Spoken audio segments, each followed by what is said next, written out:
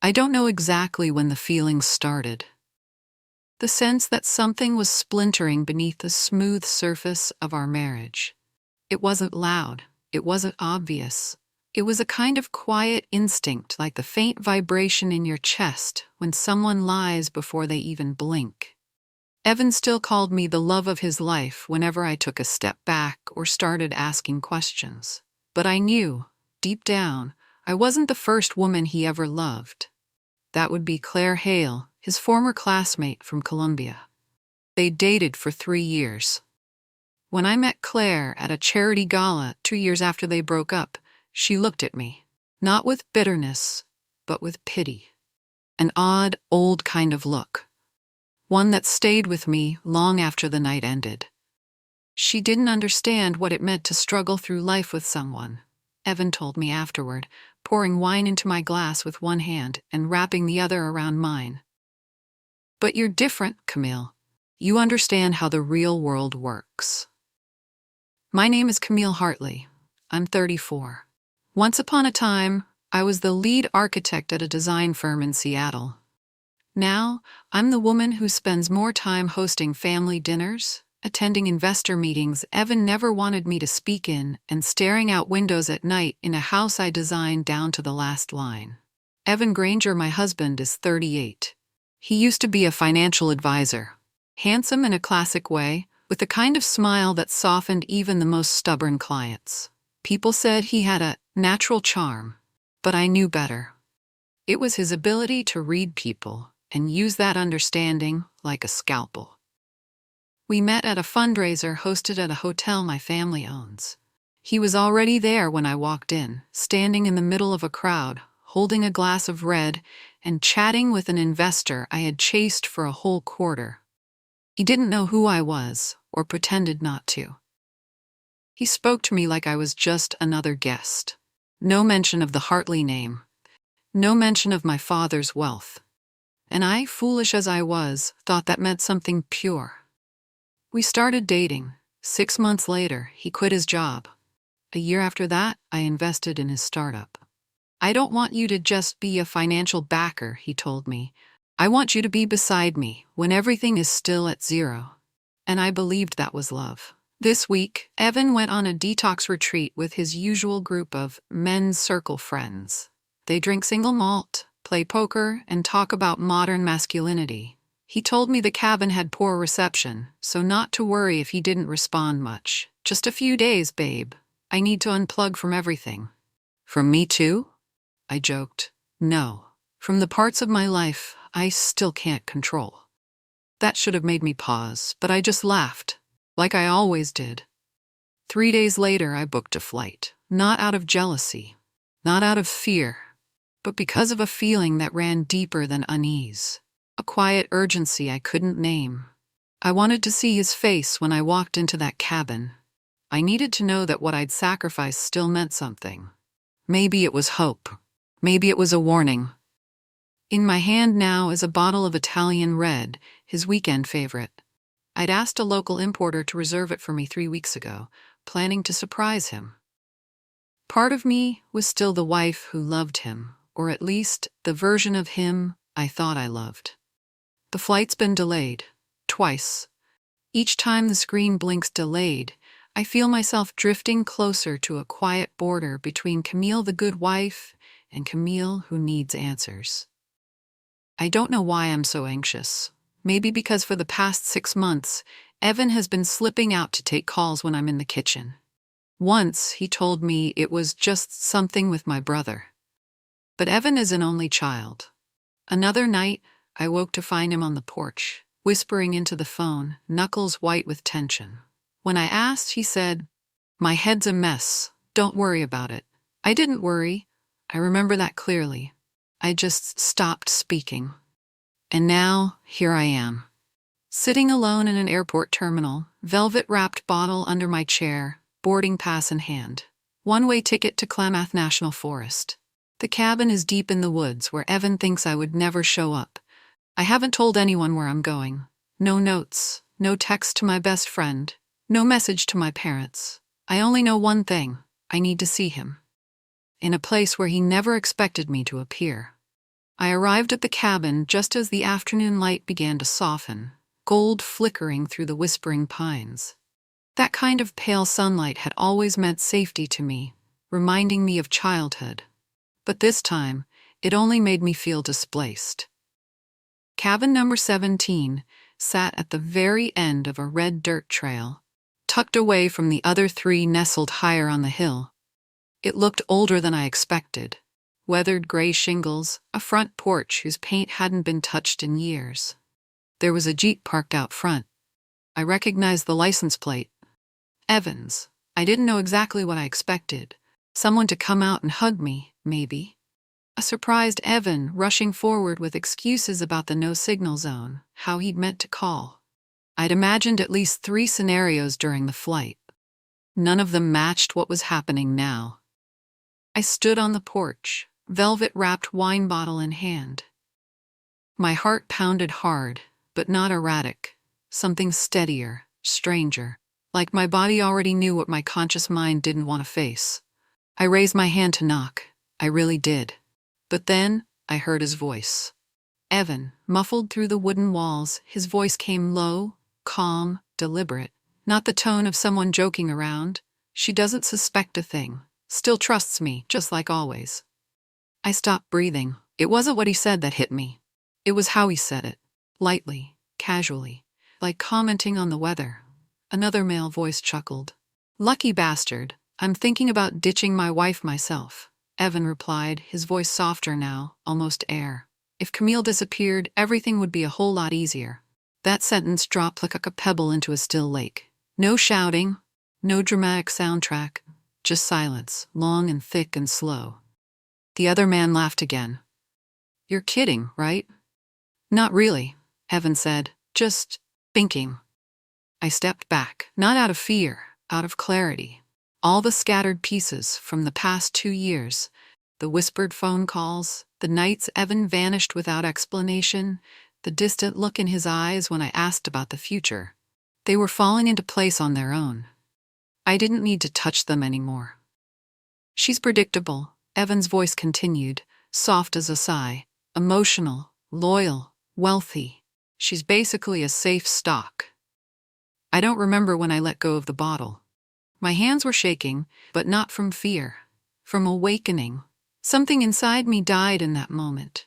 Not because he'd betrayed me, but because he'd reduced me to a number, a risk ratio, a talking point, and some twisted financial strategy. I turned and walked slowly off the porch, as if any sudden noise might snap the fragile line keeping me upright. I didn't cry. Not yet. I just remembered a moment from last week when I suggested we take a private getaway, just the 2 of us. Evan had shrugged. We can table that for later. I've got too much going on right now. You get it, right? I had nodded. I always nodded. Now, I sat in the rental car, hidden behind a row of scrubby trees. From the windshield, I could see the cabin flickering with laughter and shadows. I couldn't see Evan's face, but I'd heard everything I needed to. And I knew I didn't belong there anymore. I pulled out my phone, but didn't call anyone. Instead, I opened the flight app. One-way ticket. Anywhere far. I found the earliest departure to Lisbon. Booked it without thinking twice. Only then did I realize I had nothing with me but a few clothes, a bottle of wine, and a small wallet with my passport tucked in the coat pocket. It didn't matter. I wasn't carrying anything else anymore. Not innocence, not trust, not the man I once thought was my husband. I drove away from cabin No. 17 with only one thing in my possession, the truth. And sometimes, the truth is the only thing you need to survive. I arrived in Setúbal on a foggy morning, the city sleeping under a soft gray blanket woven by the sea and sky. No one asked who I was, where I'd come from, or why I had only a small suitcase and no room reservation. No one needed to know. I chose this place because there was no reason Evan would. He didn't like Portugal. Too messy. No structure, he once said. But I remembered the terracotta walls, the scent of citrus in the markets, the way people spoke with their whole bodies and their eyes. The first place I found was a small guest house a few hundred meters from the beach. The early morning sea stretched quiet like a sheet of silver glass. "We have a room available," the innkeeper said, her English laced with a gentle accent. "Very quiet. Just you, yes?" I nodded. "Just me. And I'll be staying a while."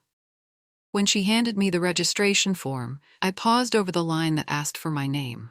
Without thinking, I wrote, Camille Renaud. My mother's maiden name, a name no one outside my family had ever called me. Not Camille Granger, not someone's wife. Just me.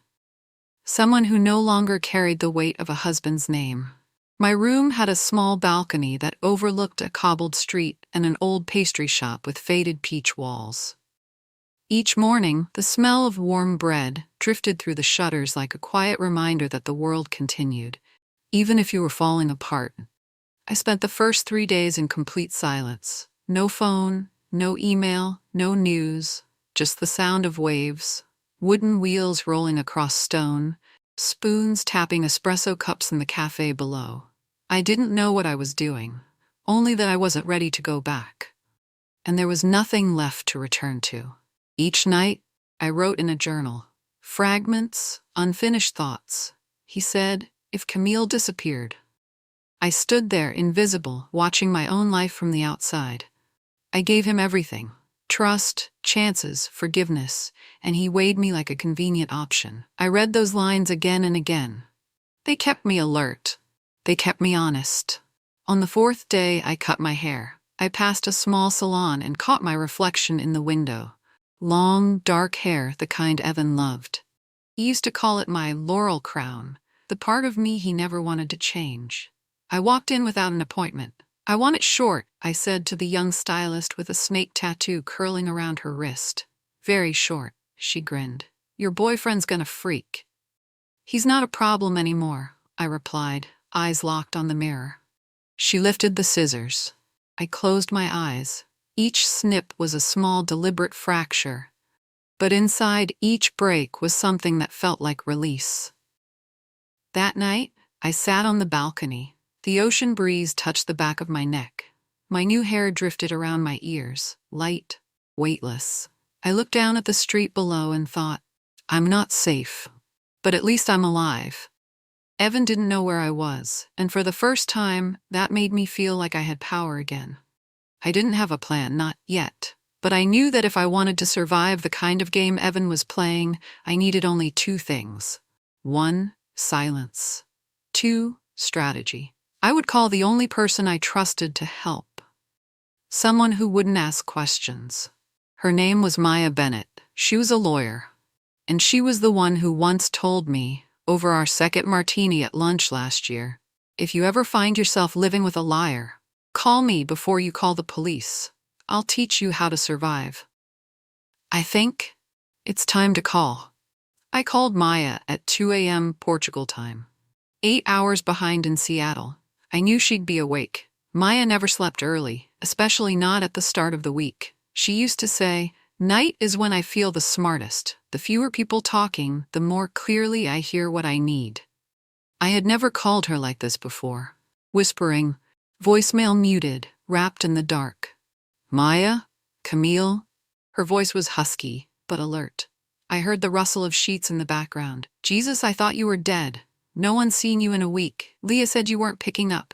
Evan said, don't say his name. I cut in. Silence. Brief. Then Maya's voice dropped. Okay, talk to me. I'm listening. I told her everything. The cabin, the words I heard, Evan's voice, the wine bottle left by the door, the one-way flight to Setobal. I didn't cry. My voice stayed low, even, cold, like the night outside my window. When I finally stopped, Maya exhaled hard. Good. You did the right thing. Running was right, and you haven't told anyone else but me, right? No, and you can't either. Perfect. First thing, get a new phone, burner SIM, fake name, then send me the number. You need to get off the grid. Do you understand? I nodded, even though I knew she couldn't see it. There are things I suspect, I said. He might have planned something. Longer than I realized, and I need to know. I'll find out, Maya said. And I heard the shift in her voice, from empathy to precision. Like flipping open a case file, bank accounts, loans, contracts, irregular transactions, all of it. I hung up as the clock struck 3. Streetlights spilled a dull glow onto the peeling walls of the guest room. I sat on the bed, back against the wall, feeling like I'd just pulled the pin from a grenade. But at least this time, I knew exactly where it was. The next morning, I walked to a small electronics shop near the plaza. I bought a basic Nokia. No GPS, no touchscreen, no apps. The SIM card was registered under a fake name, Renault Camila. I sent Maya one line, "This is my number. Don't save the name." Not even 30 minutes later, she replied, "I have someone who can help.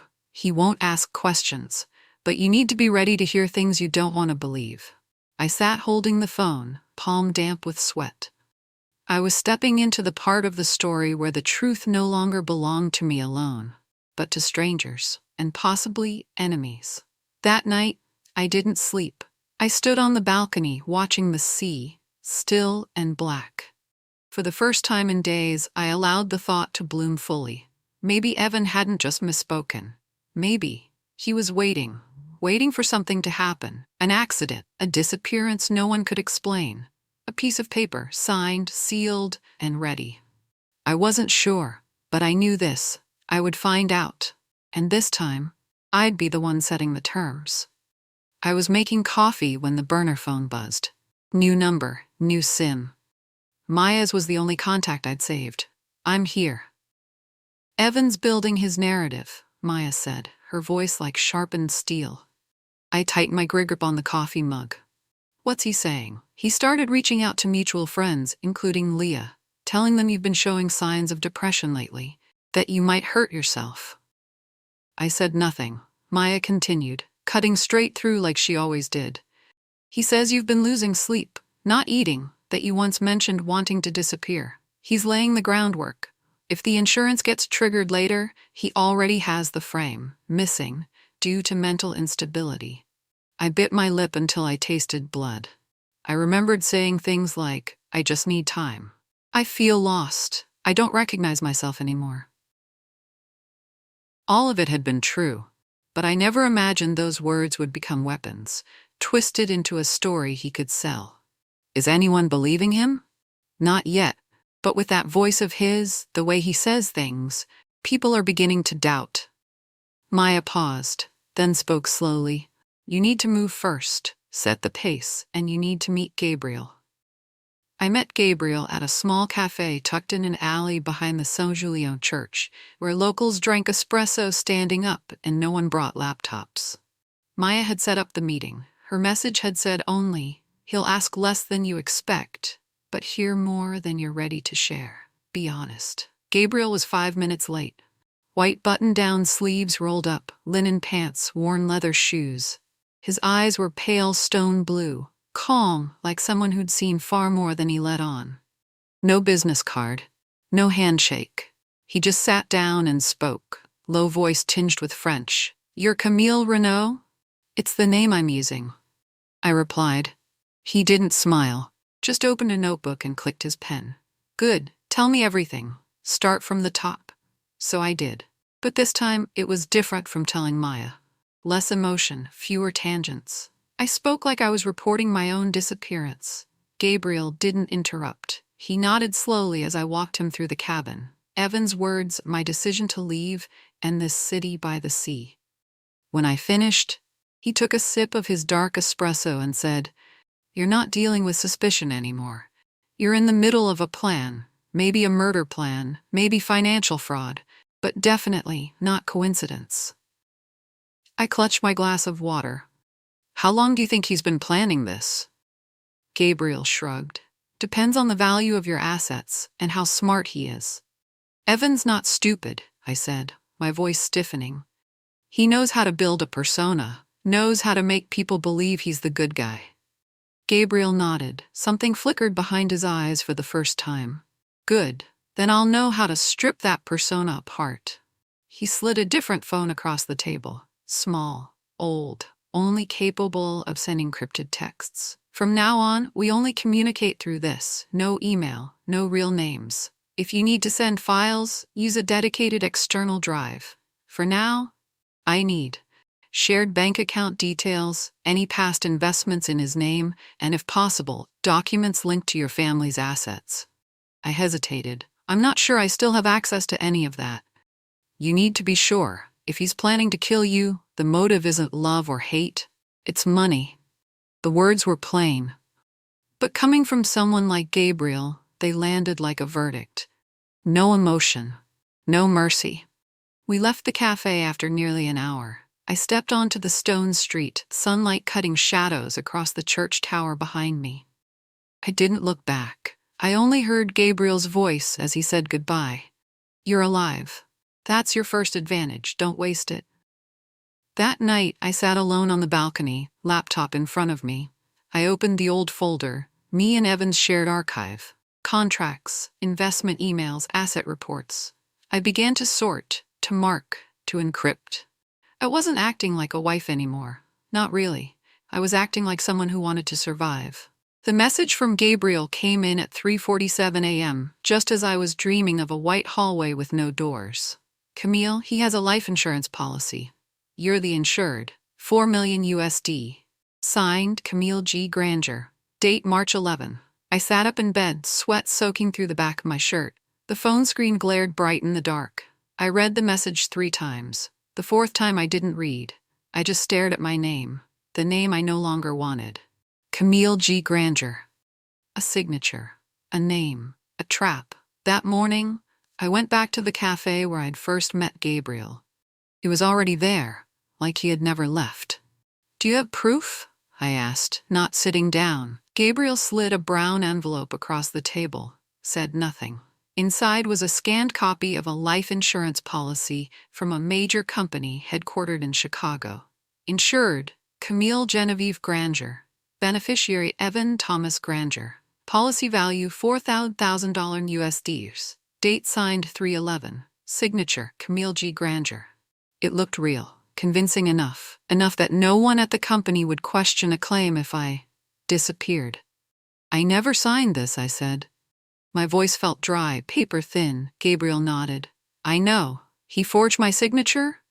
Maybe. Or maybe he drugged you, got you to sign while you weren't aware. There are ways. I felt nauseous. Not from the coffee, not from the paper, but from the realization that somewhere in my life there had been a day, an ordinary day, when I lived beside a man waiting for me to die.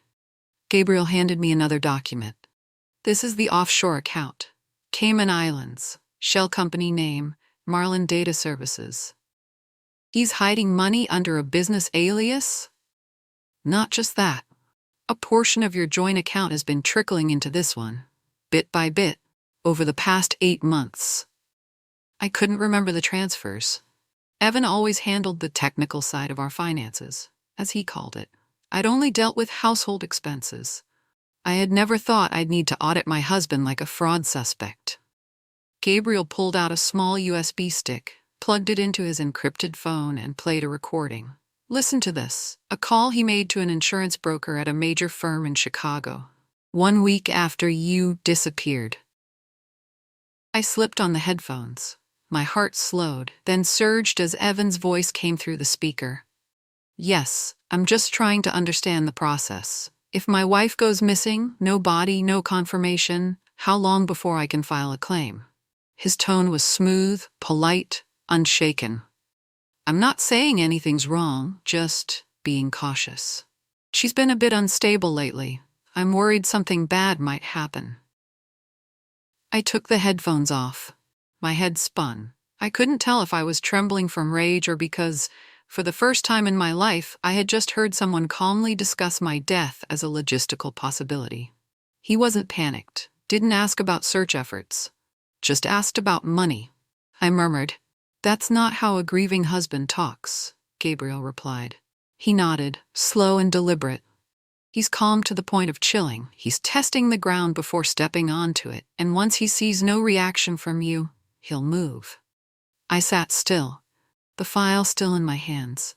Gabriel continued, "Camille, I need you to understand this. When someone plans this carefully, they don't stop just because you ran. He will come looking, or try to erase what's left." I'm not easy to erase anymore, I said. My voice was oddly steady. But inside me, a wave was rising, not of grief, but of something sharper. I remembered every time I'd said, "I trust you," and how each of those words had become a noose I'd tied myself. I left the cafe just before noon. The sun hit the cobbled street with such brightness it made my eyes water, but I didn't blink. I didn't want to look away. I had seen enough. I had learned enough. Now, it was time to start calculating. I never thought one day I'd be protecting my own life by protecting my bank account. But Gabriel was right. In Evan's world, money wasn't just the goal, it was the tool to erase tracks.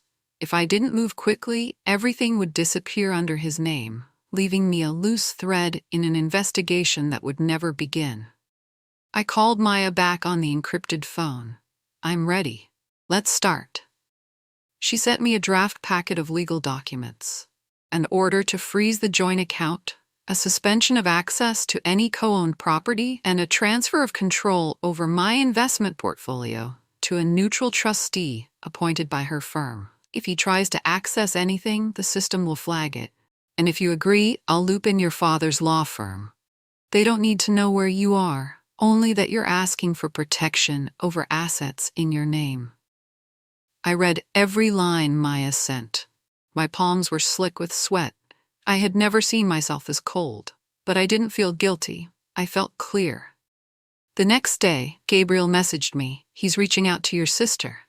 I froze. My younger sister, Natalie, 29, a psychiatric nurse, someone who believed in kindness, in dialogue, in giving people the benefit of the doubt. She once told me, "Camille, he loves you. Some men just don't know how to show it." Gabriel continued, "He called her last night, told her you had a history of anxiety, that you'd taken meds before, that you'd shown signs of self-harm. He's planting doubt, making you sound like someone unstable, someone not worth believing." I didn't know whether I wanted to scream or laugh. Every piece of me, every scar from my early 20s, was now being repurposed into the backdrop of a legally sanctioned vanishing act. I texted Maya, "Give me Natalie's number. I'll call her. I need to stop this before it takes root." "You sure? She might tell Evan." I stared at the screen for a moment. "I won't use my real number. I won't tell her where I am, but she needs to know she's being cast in a script and I'm not the main character." That night, I sat in my small apartment in Setúbal, sea breeze curling through the cracked open window. The burner phone rang at exactly 9 p.m. Natalie picked up on the third ring. "Hello? Nat, it's me." "Camille? Oh my God, where are you?" "Evan's worried sick. Everyone is. Do you know that? You need to listen to me carefully. I'm okay, but I need you to understand, Evan isn't who you think he is." "What are you talking about?" "He called you to seed a version of me that isn't real, one where I'm unstable, one where I'm spiraling, but it's just the cover story, the setup for something much darker, a reason for why I disappeared." There was a pause. Then Natalie whispered, "What do you want me to do?" "Don't tell him I called. Don't confirm it. Don't deny it. Just observe. Remember. And don't let him weaponize your kindness to destroy me." I hung up. I didn't wait for her agreement. I didn't need her full belief. I just needed to plant a fragment of truth in the garden of lies Evan was so carefully cultivating. The next morning, I walked to a local bank, opened a new account under Camille Renault, and transferred nearly every remaining dollar I could still legally access. No one knew where I was. No one knew what I was doing. And for the first time, that felt like a prayer being answered. There's a kind of silence that doesn't feel like loneliness or emptiness. It feels like standing behind frosted glass, watching everything move without anyone knowing you're there. That's where I am, in the space between presence and disappearance. And now it's time to use that space. I sent Maya an encrypted message. "I want to drop a shadow." She called me immediately. "Are you sure?" "He needs to see me, or think he sees me. He needs to start unraveling." "What exactly?" "A small transfer from the old account into a newly created fund, at just the right time so he sees it, and an email." "To whom?" To Leah. But no words, just a link, a design file, a name that only Evan and I know. That night, I sat at my desk and reopened an old file, a seaside villa sketch I had once designed for Evan during the first year we were in love. No one else had ever seen it. I took a photo of it, saved it as a PDF, and named it, "The Sun Doesn't Rise in the West." That was something Evan once texted me the night he proposed. It was a private code. Now it would be a lure. I created a new email account, g.hartley.studio@gmail.com. Close enough to resemble my old one, far enough to avoid being traced. I sent the email to Leah, Evan's sister. No message, no subject line, just the attachment. The next morning, Maya texted, "He contacted Leah immediately after she got the email. He's rattled." Good. Gabriel followed up with a report. "Evan accessed your old joint bank account at 2:13 a.m. EST. He's checking every transaction." I sat in a small cafe, the sea breeze sliding through the wooden shutters, and felt something I hadn't felt in weeks. A quiet satisfaction. Not triumph, not vengeance. Just the steady recognition that I was no longer contained by the shape someone else had drawn for me. Evan had always thought I was soft, that I would cry, or crawl back, or vanish for good. But he'd forgotten one thing. I was the one who designed homes from bare earth. I know how to begin from zero. I sent a message to Gabriel. Keep him off balance. Don't give him anything real. Let him guess. Let him doubt. Let him slip. Gabriel? Understood. The game has begun. And just like that, I was no longer the woman who ran. I was the one laying the trap. Gabriel called me at 6 a.m., the fog still blanketing the balcony, the distant sound of trash wheels echoing from the street below. He took the bait. 3 words, simple but enough to make me rise from my chair, heart beating slow and heavy. "Tell me," I whispered, eyes fixed on the misty sea. Right after Leah got the villa design email, he called the insurance broker. But this time, he didn't ask about the claim process. He asked if they logged account access history. I frowned. What is he afraid of? That someone else has accessed the policy file, like a secondary beneficiary. I'm not even a legal party to that contract. I never signed it.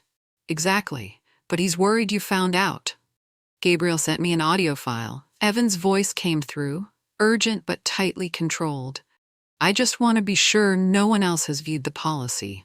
My wife had a mental health history. If she's in hiding and accessing things illegally, the same excuse again. The unstable narrative. That calm, calculated concern. I had died once when I heard him say that at the cabin. Now I was coming back to life, cutting each thread he once used to bind me. You said he took the bait. Can we use it?" Gabriel chuckled lightly. He used a private number, but I traced the IP from a recent login to his bank account, and I found a very interesting name, Ronan Drake. I narrowed my eyes. That sounds familiar. Former partner from Evan's first startup, was sued for misusing investor funds. And here's the best part. He's listed as a co-owner of Marlin Data Services, the shell company, alongside Evan. Another thread. Another piece of the web. "What do you want from him?" Gabriel asked. I didn't hesitate. "A deal. If he knows Evan's about to go down, he'll choose survival. He'll talk." "Good, but you'll need a lawyer to sanitize his testimony before it becomes admissible against Evan." "I'll talk to Maya. She'll know what to do." That afternoon, I called Maya and didn't mince words. "I need your help. Get Ronan Drake to surface. I need his statement. I need him to confirm the forged documents, the hidden assets, and whether there was a conspiracy to harm me." "You sure you're ready for this? Once you step into legal action, you're no longer in the shadows. Evan will know you're alive." I paused, then said, "Then it's time he sees I'm living, stronger than ever." That night, I stepped out onto the balcony, watching the dark sea and the scattered lights of distant fishing boats, a glass of wine in hand, the wind tossing my short hair back from my face. I had loved Evan once, believed love meant sacrifice. Now I understood. Real love doesn't require someone to disappear, but he's about to disappear. In a way the law defines very clearly. I stepped off the plane at SeaTac on a gray, damp morning. Seattle greeted me with the scent of wet asphalt and early coffee drifting from the usual spot near Gate B3, the one Evan and I used to stop at before every trip. This time I came alone. And I wasn't returning as a wife. I was returning as a survivor, carrying a folder filled with evidence, a divorce petition meticulously drafted by Maya, and a promise to myself he would never again write the story of my life. Gabriel met me in the underground parking garage. Maya's scheduled a meeting with Evan's legal team. "Tonight you serve the papers. Are you sure?" I nodded. "I'm not afraid anymore. I just want it to end." We reached the old house just as the rain stopped. The sun hadn't broken through yet, but the air felt like it was scrubbing everything clean. I stood at the front door, the house I had designed down to the studs, and felt my heartbeat steady and even. No rage, no fear, only clarity. Evan opened the door.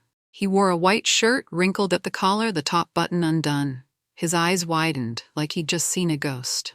"Camille?" I didn't wait for an invitation. I walked straight past him into the house. "I'm alive," I said, not smiling. "And you're about to lose everything." He stammered something, but I raised a hand to stop him. "I know about the insurance policy. I know you forged my signature. I have the recording of you calling the broker, asking how long it takes to claim if I disappear. I know about the Cayman account, and I know you've been trying to convince people I'm mentally unstable." Evan went pale. For the first time, he was truly silent. I pulled a large envelope from my coat pocket, divorce papers, and a summary of what Maya would be sending to his lawyer within the next 12 hours. "I'm not here to negotiate. I'm here to inform. You have two choices. 1. Sign and vanish from my life. 2. Face the courts and the FBI. Evan ran a hand down his face, forcing a smile. "Camille, can't we just talk? Just the two of us?" "There is no us anymore. Not since the moment you turned me into a dollar figure." I pulled another document from my pocket. A copy of the forged insurance contract. "You wanted me to disappear? Well, now I'm giving you a chance to disappear. Legally." Gabriel stood at the edge of the porch, a quiet shadow. I didn't have to call him in. His presence alone told Evan this was no longer a private matter. Evan looked at the envelope, then at me. His expression shifted. The charm gone, the manipulation gone. Only fear remained. "I'll need time. You have 3 days. After that, my lawyer takes it from here." I turned without another word. Gabriel opened the car door. I stepped inside. There was no cinematic ending, no one shouting my name as I drove away, because this was no longer about love. That night, I stood inside a temporary apartment in a small boutique hotel Maya had arranged. I looked out at the city through a large window, and I exhaled, not out of sadness, but because I had survived, and now I was finally starting to live. 3 days after I handed Evan the envelope, Maya sent me a single-line message. "He's gone silent. His lawyer called 14 hours late. No counteroffer." Gabriel followed up shortly after. "Cayman account frozen. Financial crimes unit is on it. First strike landed." I didn't feel triumphant. Just lighter. As if I'd finally unhooked a rusted clasp from my wrist, one I'd worn so long, I forgot it wasn't part of me. The next morning I got a call from my sister, Natalie. Her voice was small but clear. "You did the right thing. I'm sorry I didn't believe you sooner." I was quiet for a moment. "You don't owe me an apology. You just need to stay awake now. See clearly. Protect yourself." Leia, she's starting to see it too. Evan reached out again. But this time, she didn't believe him. I smiled softly. One person's enough to start flipping the whole thing. A week later, the insurance company officially denied Evan's claim, citing forged signatures and suspected fraud. At the same time, the financial investigator Maya had hired forwarded a full report to the federal fraud unit. From that moment on, Evan wasn't just a deserted husband. He was a suspect in an organized financial crime. I no longer stayed at the hotel.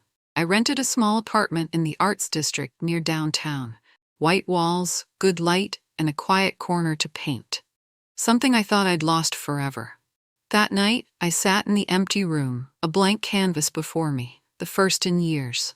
I painted an abstract scene, a woman stepping out of darkness, behind her a forest, ahead a horizon with no color yet.